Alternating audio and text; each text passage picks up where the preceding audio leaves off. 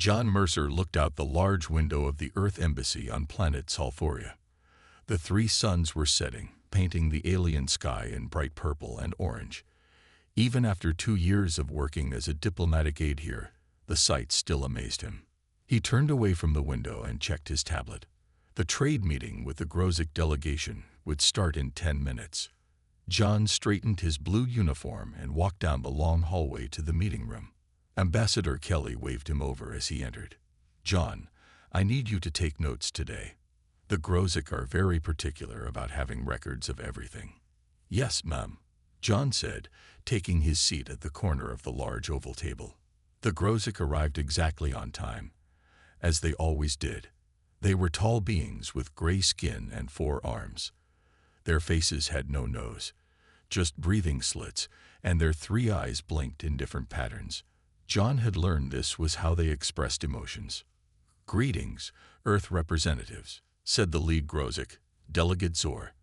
"We are pleased to continue our discussions about mineral rights on the shared moon of Keltis 4. Ambassador Kelly nodded.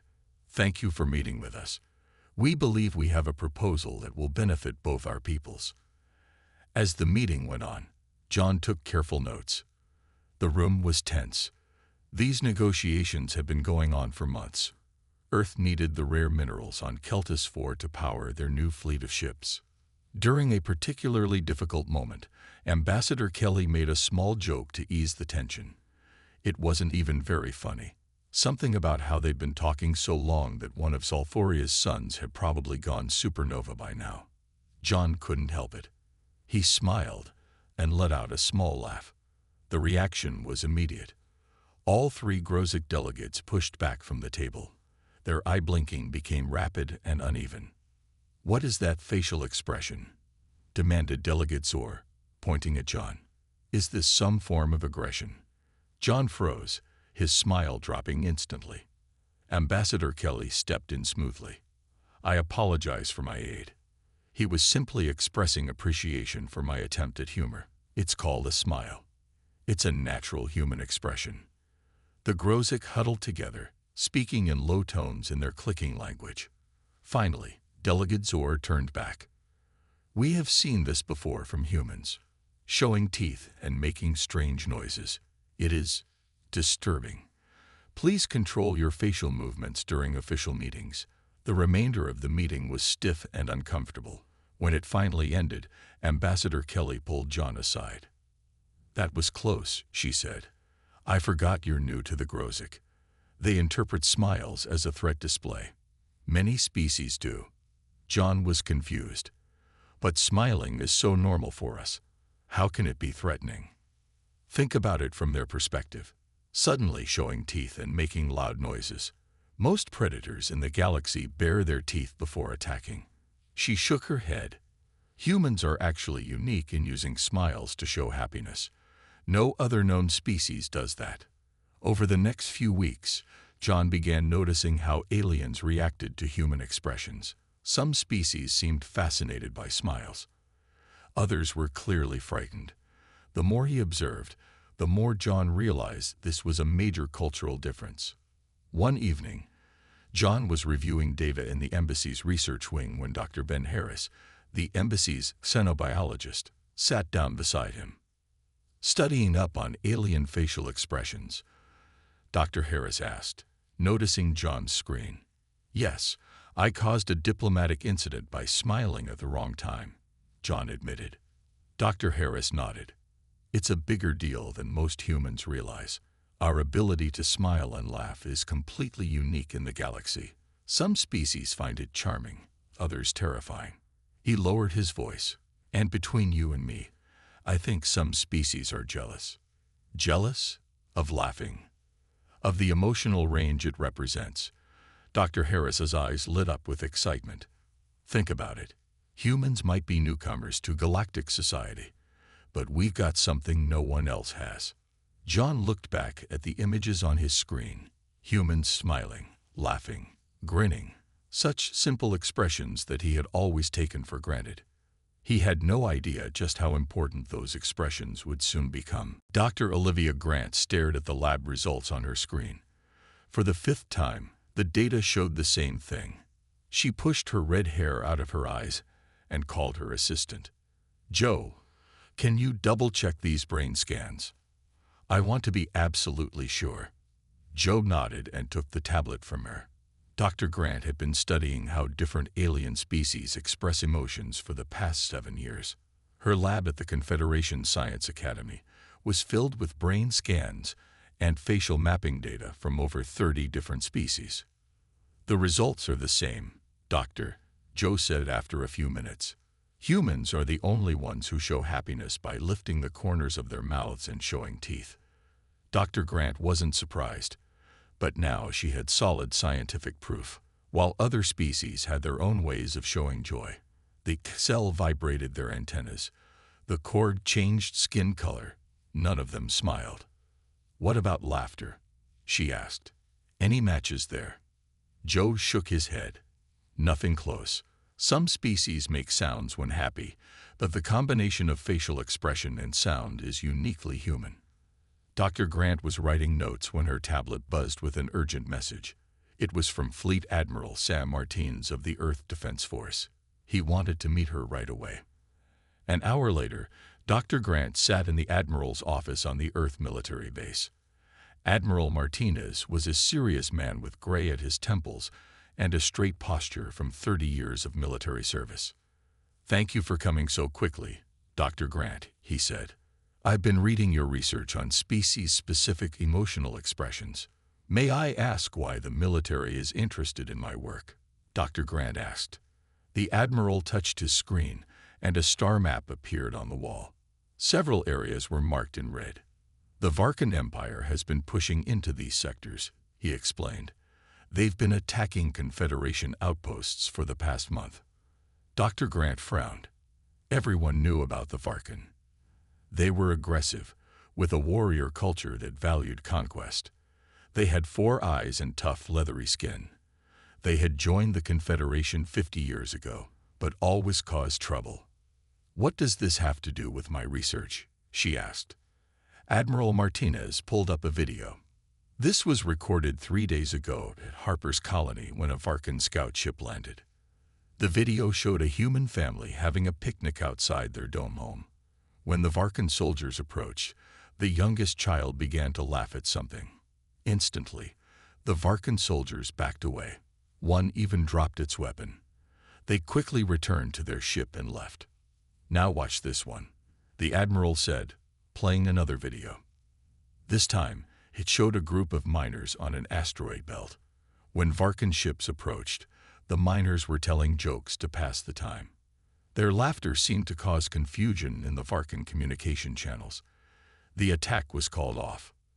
"This has happened 7 times now," Admiral Martinez said. "Too many to be a coincidence. Something about human laughter affects the Varkan." Dr. Grant leaned forward, her scientific mind racing. "Their species has mild telepathic abilities. Maybe the neural patterns humans generate when laughing disrupt their mental communication. That's what we need to find out," the Admiral said. "And quickly. The Varkan are planning something big. We've picked up large fleet movements near the border." Dr. Grant's tablet buzzed again. It was an emergency alert from New Portland, one of the outer human colonies. The Varkan had launched a surprise attack. "I need to know if human laughter can be used as a defense," Admiral Martinez said, his voice urgent. "The lives of millions may depend on it." Dr. Grant nodded, suddenly understanding the importance of her research. What had started as a simple study of alien expressions might now be the key to protecting human colonies. "I'll need full access to all reports from the colonies, especially New Portland," she said. "And I want to interview anyone who has had these encounters with the Varkan." "You'll have everything you need," Admiral Martinez promised. "Just find me answers." Outside the window, ships were already launching, racing to defend New Portland. Dr. Grant wondered if she could find answers before it was too late. The sirens wailed across New Portland as the Varkan ships darkened the sky. Alan Foster was picking up his daughter Lisa from school when the attack began. The colony's defense shields were already flickering under heavy fire. "Everyone to the shelters," shouted a colony guard. People ran in all directions, parents grabbing children, workers abandoning their tools. Ellen took Lisa's hand and ran toward the nearest underground shelter. Around them, buildings shook as Varkan weapons hit the ground. The shelter entrance was just ahead, a large metal door built into the side of a hill. "In here, quick," Alan said, joining the crowd pushing into the shelter. Inside, people packed the large underground room. Some were crying. Others sat in shocked silence. Alan found a spot against the wall and sat down with Lisa. The 6-year-old was trembling. "Are the bad aliens going to get us, Daddy?" she asked. Alan forced himself to sound calm. "No, sweetie. We're safe down here." He looked around and saw other children, all scared. A boy about Lisa's age was crying loudly. An older girl sat frozen, her eyes wide with fear. Alan had worked as a teacher before becoming a farmer on New Portland. He knew how to help children stay calm. "Hey kids," he called out. "Who wants to hear a funny story?" A few children looked up. Alan smiled and began telling one of Lisa's favorite stories about a confused alien who thought human bathtubs were strange spacecraft. He made silly faces and used funny voices for each character. Lisa giggled first. Then the crying boy stopped and listened. Soon, several children had gathered around Alan. And then the alien tried to fly the bathtub by pulling the plug. Alan said, mimicking the sound of water draining. The children burst out laughing. More kids joined the circle, and even some adults smiled despite their fear. Alan continued with more stories. With each joke and funny tale, the laughter grew louder. No one noticed the shelter door opening until it was too late. 3 Varkan soldiers stood there, their 4 eyes scanning the room, weapons raised. They were tall with scaly gray-green skin and sharp teeth. Their battle armor made them look even more frightening. The adults froze. Someone screamed. But the children, still caught up in Alan's story, kept laughing. The lead Varkan stepped forward, its weapon pointed at the group. Then it stopped. Its 4 eyes widened as it stared at the laughing children. The alien's head tilted in what looked like confusion. The second Varkan made a series of clicking sounds. It seemed agitated, shifting from one foot to another. The third one actually took a step back. Alan, acting on instinct, told another joke. More children laughed. Some adults, seeing the alien's strange reaction, nervously joined in. The Varkan soldiers looked at each other. Their movements became jerky. The leader shook its head as if trying to clear it. It raised a clawed hand to its helmet where its communication device was, then suddenly lowered it again, as if forgetting what it was doing. "Keep laughing," Alan whispered to the children. "They don't like it." The room filled with forced laughter. Even those who were terrified tried to smile and make sounds of joy. The effect on the Varkan was immediate. They backed away, bumping into each other in their haste to leave. The door slammed shut. Through the small window, Alan could see the aliens running back to their ship. One of the colony guards had recorded everything on his tablet. "They just left," he said in disbelief, "because we were laughing." Alan looked down at Lisa, who was still giggling with her friends, unaware that her laughter had just saved everyone in the shelter. "Send that recording to Earth Command," he told the guard. "They need to see this." Outside, the Varkan ships were already pulling away from New Portland, their attack mysteriously abandoned. Something about human laughter had driven them away. But no one in the shelter knew that the real battle was just beginning. The main chamber of the Confederation Council was filled with representatives from over 50 alien species. The huge room had rising seats in a circle, with each delegation sitting in their own section. Some needed special environments.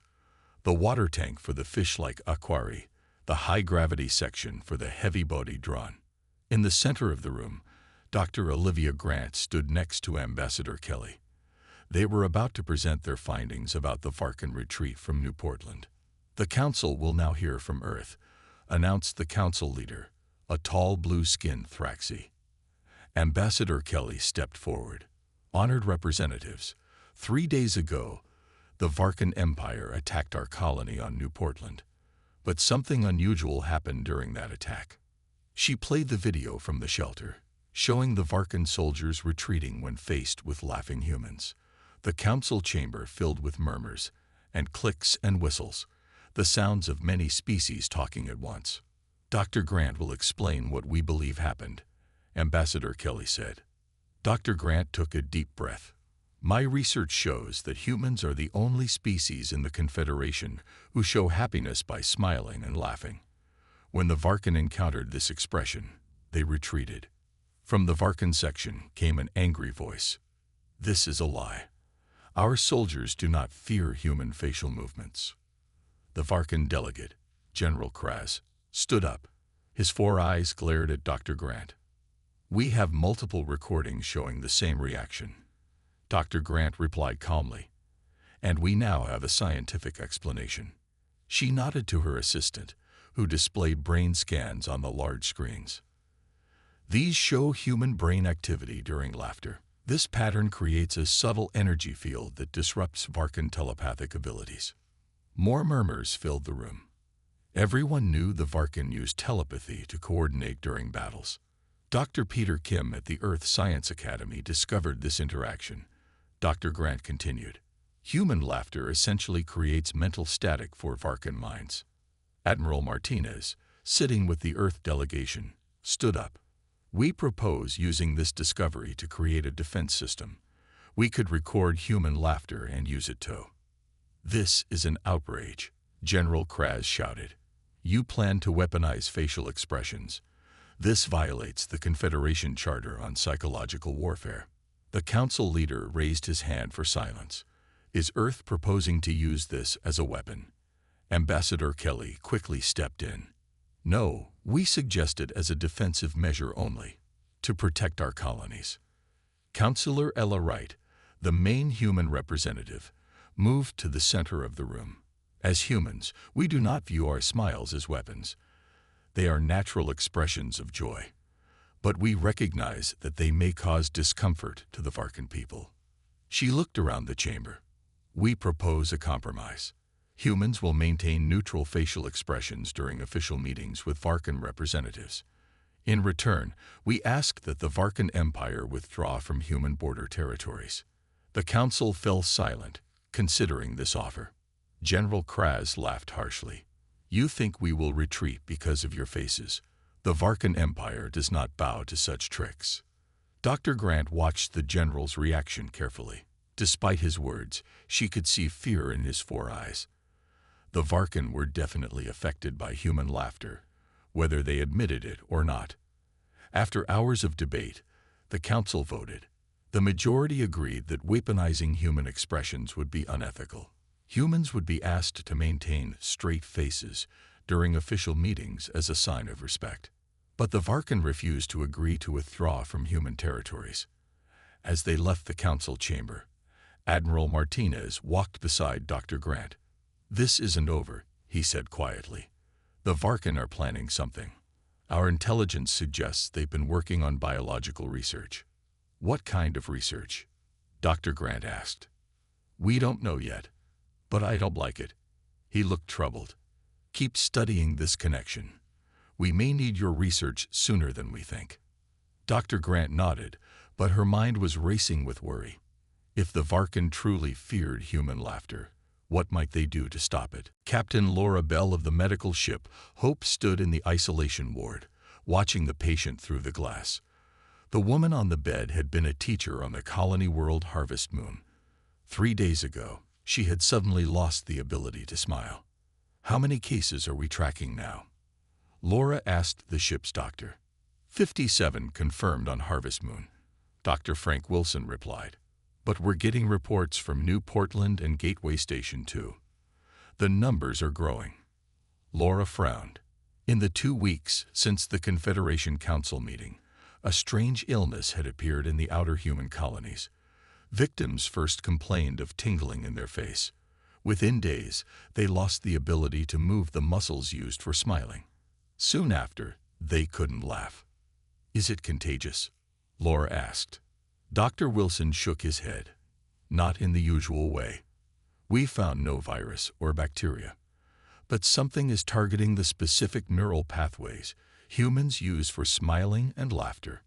Laura's tablet beeped with an incoming call from Earth Command. Admiral Martinez's face appeared on the screen. "Captain Bell, what's your assessment?" he asked without greeting. "Sir, we have cases on 3 different colonies now, all with the same symptoms. People can't smile or laugh anymore." The Admiral's expression darkened. "We've confirmed cases on Earth now, too. 5 people in New Chicago." Laura felt a chill. If the illness had reached Earth, it could spread to all of humanity. "Sir, I think this is a deliberate attack," she said.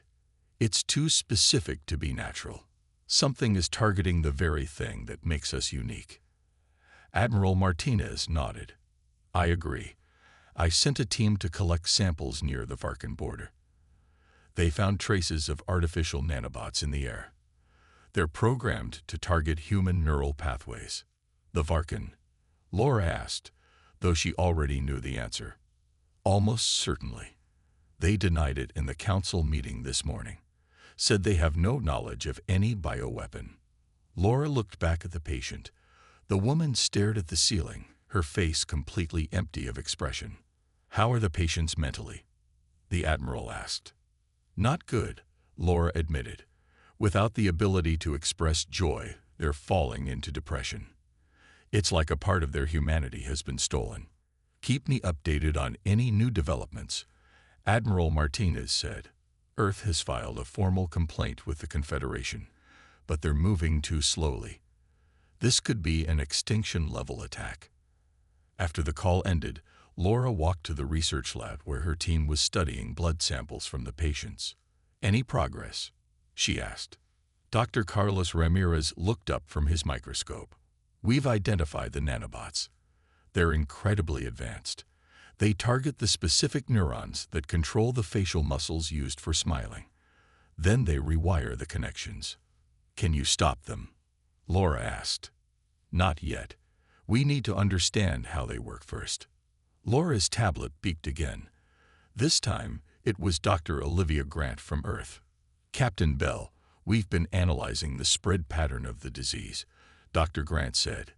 "It followed the exact path of Varkan trade ships over the last month. This is definite proof of their involvement." "Have you found any way to fight it?" Laura asked. Dr. Grant shook her head. "Not yet, but I've identified something interesting. About 10% of humans seem immune. Their neural patterns are slightly different. We're studying them now." "How long before this spreads to all human worlds?" Laura asked. "At the current rate, 2 months, maybe less." Laura thanked her and ended the call. She stared out the viewport of the stars. Somewhere out there, the Varkan were watching, waiting for humanity to lose its smile forever. She made a decision. Without authorization, she ordered the Hope to change course to the nearest Varkan outpost. The official channels were working too slowly. She needed samples directly from the source. As the ship entered faster than light travel, Laura looked once more at the patient in isolation. The woman was trying to watch a comedy show, but her face remained blank. No smile, no laugh, just emptiness. Laura knew then what she was fighting for, the very soul of humanity. 6 months had passed since the first case of the smile disease. Earth looked different now. People walked the streets with blank faces. Children played without laughing. Families ate meals in silence. The disease had spread to 90% of humans across all colonies. Dr. Olivia Grant stood in the Special Research Center, watching the 20 people behind the glass wall. These were the immune ones, the lucky 10% whose brains worked slightly differently. They were kept in isolation to protect them, and to study why they weren't affected. "Any progress?" Admiral Martinez asked, walking up beside her. Olivia shook her head. "We understand why they're immune. Their neural pathways are wired in a way the nanobots can't recognize, but we still can't use that to help others." The Admiral looked tired. Dark circles showed under his eyes. Like most humans, His face stayed in a neutral expression all the time now. "The birth rate has dropped 60%, he said quietly. "People have lost interest in having children. Many say there's no point bringing babies into a world without joy." Olivia knew the statistics. Depression rates had skyrocketed. Productivity had fallen. Schools were struggling because children couldn't engage with learning the same way. The very thing that made humans special, their ability to find humor and express joy, was gone. "The Confederation still won't take action against the Varkan," Admiral Martinez continued. "They say we don't have enough proof." "Captain Bell found evidence at that outpost," Olivia argued. "Yes, but she did it without authorization. The Varkan claimed she violated their territory." He clenched his fist. "They're watching us die slowly, and no one is helping." Olivia turned back to the immune humans. One of them, a young man named Paul, was telling a joke. The others smiled and laughed. It looked so strange now. These expressions that had once been normal. "I've made a decision," Admiral Martinez said suddenly. "I'm gathering ships, every captain who will volunteer. We're going to the Varkan homeworld." Olivia stared at him. "That's against Confederation orders. It could start a war." "We're already at war. The Varkan just chose a weapon we didn't expect." His eyes were determined. "My ships leave in 3 days. I want you to come with us, along with some of the immune humans. We need to find the source of this weapon and a cure." Olivia thought for a moment. Her research was important, but it was moving too slowly.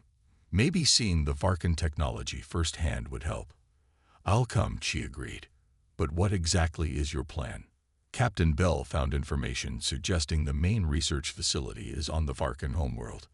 We'll go there, find the cure, and bring it back." That evening, Olivia studied her latest results. The disease didn't just affect the muscles in the face. It rewired the brain's pleasure centers. Humans weren't just losing their ability to smile. They were losing the ability to feel certain types of happiness. She sent a message to Paul and 5 other immune humans, asking them to join the mission. All of them agreed immediately. They understood what was at stake. 3 days later, Olivia stood on the bridge of the flagship Defiant with Admiral Martinez. 20 ships had joined them, not a large fleet, but all they could gather without alerting Earth Command. "This is against orders," the Admiral told the gathered captains via video link. "Any of you can leave now with no punishment." Not a single captain disconnected. As the fleet prepared to jump to faster-than-light speed, Olivia looked at her tablet one last time. A message from Earth showed new data. The disease had begun affecting other emotional expressions too. Soon, humans might not be able to show any feelings at all. "Ready?" Admiral Martinez asked. Olivia nodded. "For humanity." The stars stretched into lines as the ships jumped. Their unauthorized mission to save humanity's smile had begun. Behind them, Earth grew smaller, a planet of people who could no longer laugh at the stars. The Varkan homeworld loomed ahead, a large planet with 3 small moons. Admiral Martinez's fleet had arrived at the edge of the system, hiding behind an asteroid belt. They had managed to avoid detection so far. "Your team ready, Dr. Grant?" the Admiral asked. Olivia nodded. She stood with John Mercer, who had been called from his diplomatic post, and Paul and Lisa, 2 of the immune humans. They would sneak onto the planet using a small transport ship while the fleet created a distraction. "Remember, our scans show the research facility is here," Olivia said, pointing to a map. "We need to get in, find the data on the smile disease, and get out." John Mercer had been practicing speaking the Varkan language. As a diplomatic aide, he had learned the basics years ago, but now he was nearly fluent. "I can get us past the outer guards," he said, "but once we're inside, we'll need to move fast." The plan started well.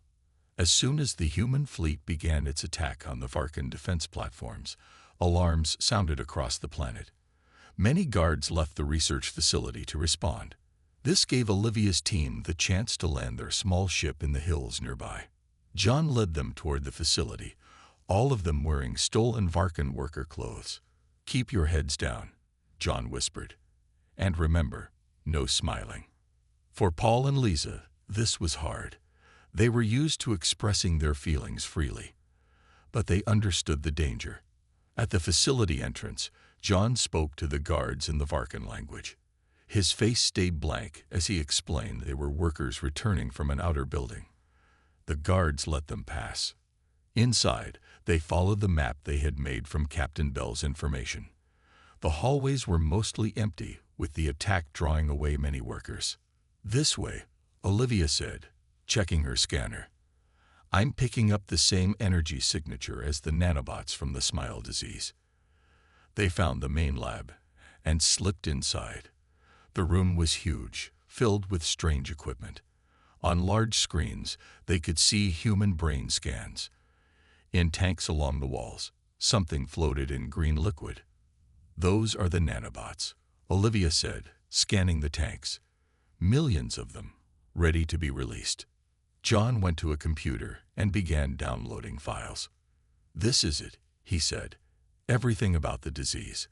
How it works, how it spreads," and his eyes widened. "There's a cure." Olivia rushed to his side. "Are you sure?" "Yes. They created a cure in case their own people were accidentally exposed." He continued the download. "We need to get this back to Earth." Suddenly, alarms blared through the facility. A voice spoke in the Varkan language. "They know we're here," John translated. "They're locking down the facility." As they turned to leave, the door burst open. General Kraz stood there with 6 armed soldiers. "Humans," he hissed. "I knew someone would try this eventually." John stepped forward. "Let my friends go, General. Your fight is with Earth's military, not scientists." General Kraz laughed. "You think we fear your puny fleet? We let you come here.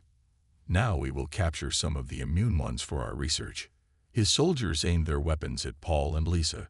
John looked back at Olivia, who had the data drive with the cure.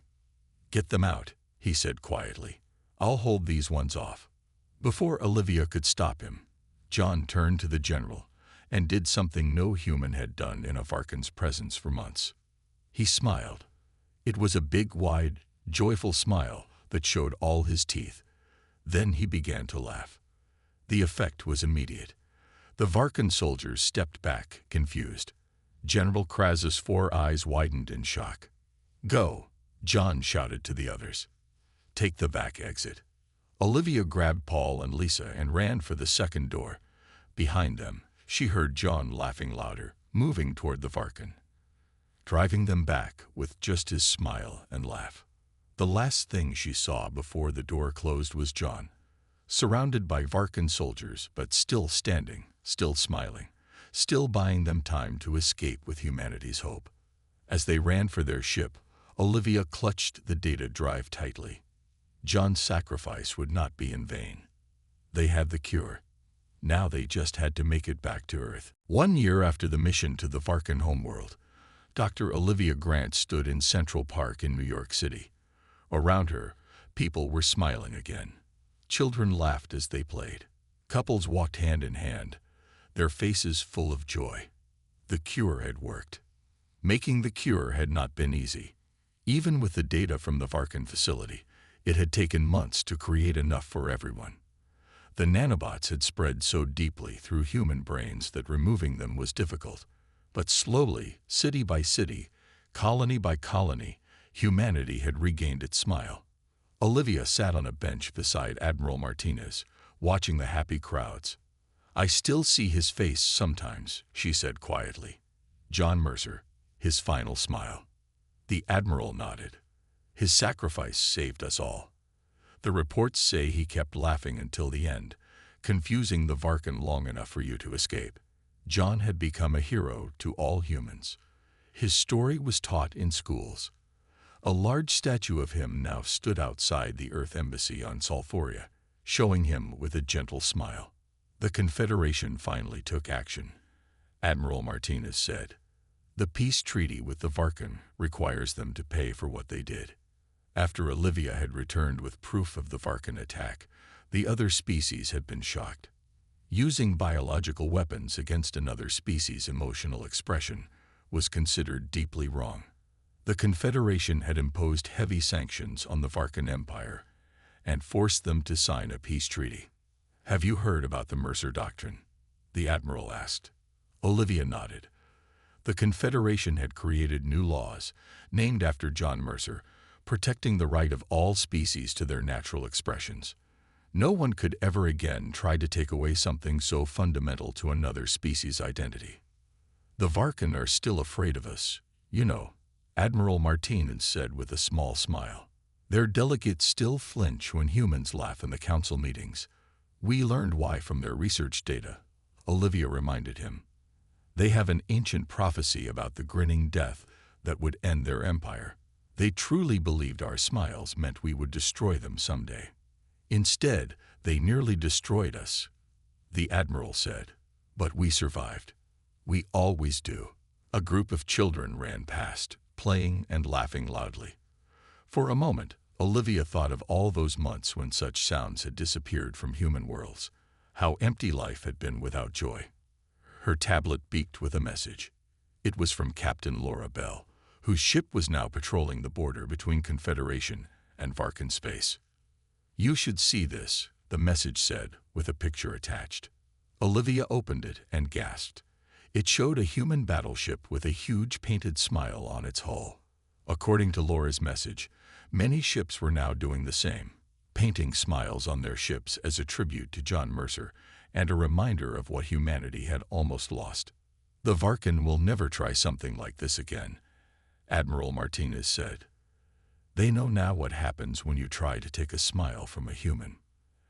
As the sun began to set, Olivia walked through the park, watching her fellow humans.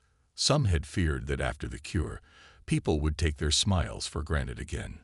But that hadn't happened.